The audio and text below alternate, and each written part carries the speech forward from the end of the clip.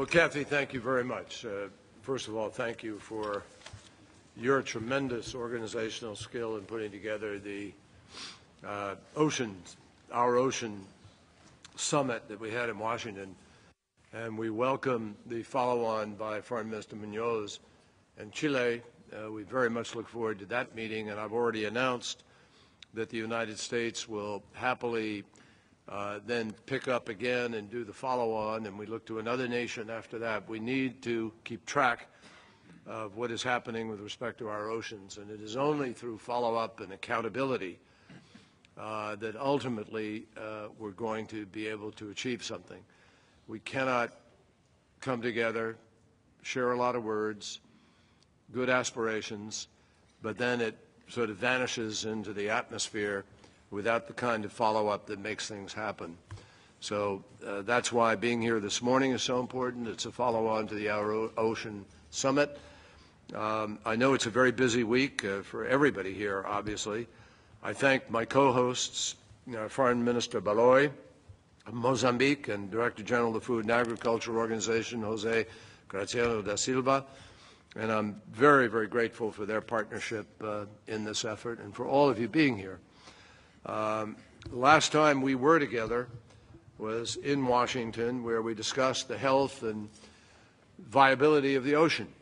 And it was in June of this year when we were proud to host the first global Our Ocean conference at the State Department. And the reason I convened that conference is the same reason that I've asked all of you to be here today. The fact is that the connection between a healthy ocean and life itself for every single person on Earth simply cannot be overstated. It's, there's nothing that we share so completely, all of us, as the ocean that covers this planet. And I literally remember the first time that I grasped that notion. It was in the early 1970s when the very first color pictures of Earth from space were published. Many of you may remember the same impression, the famous blue marble photographs.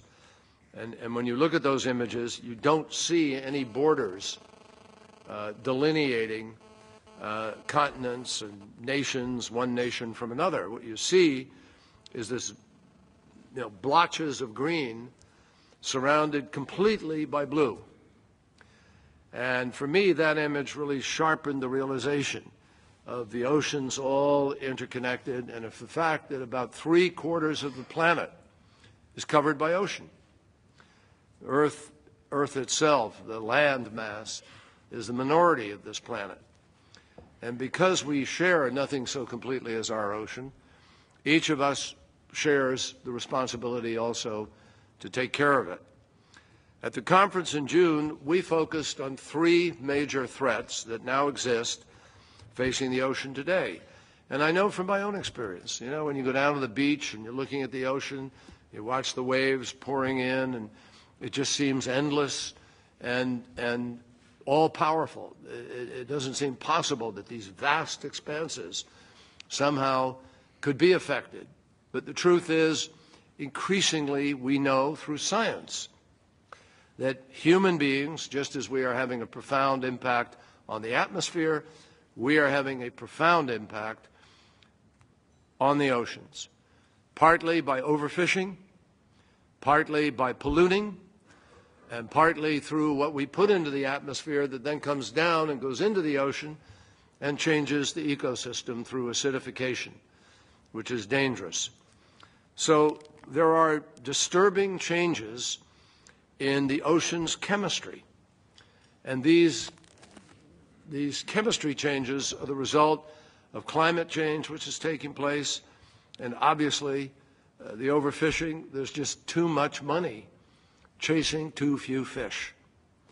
And fisheries have to be sustainable.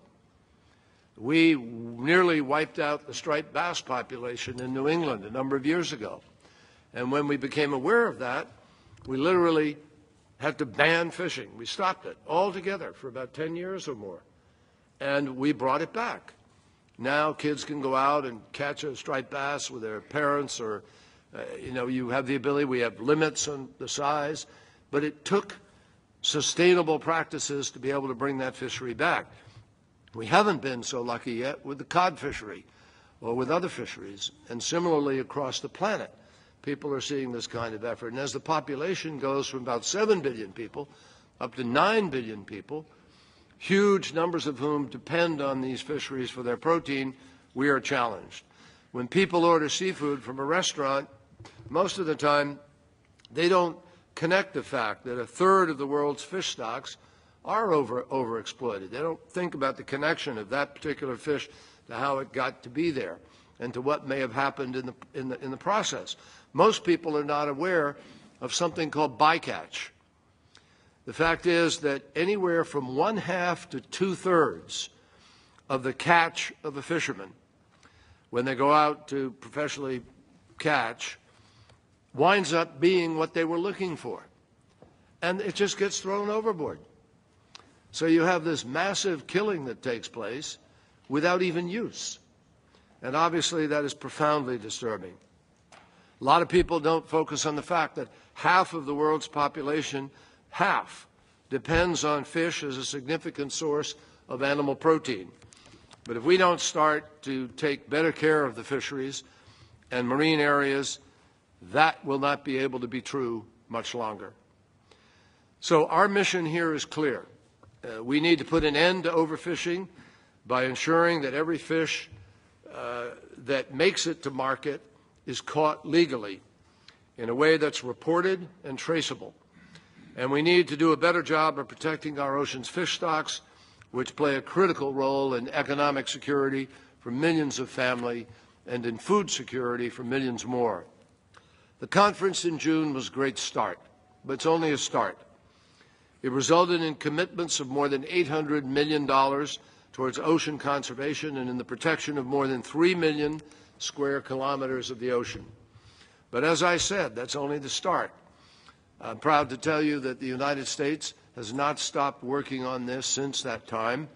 And I want to give you 2 examples of what we've been working on quickly. First, we've been laser focused on moving the Port State Measures Agreement forward.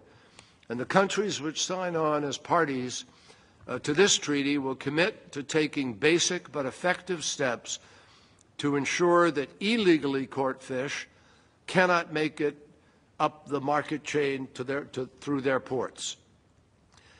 Here in the United States, we're working very closely with Congress to get the necessary legislation passed to join the agreement as quickly as possible. And I know many of you are working hard within your own governments to do the same. So let's accept the responsibility of getting that done this year. That should be something we take on. Second, we're committed to protecting more of the ocean.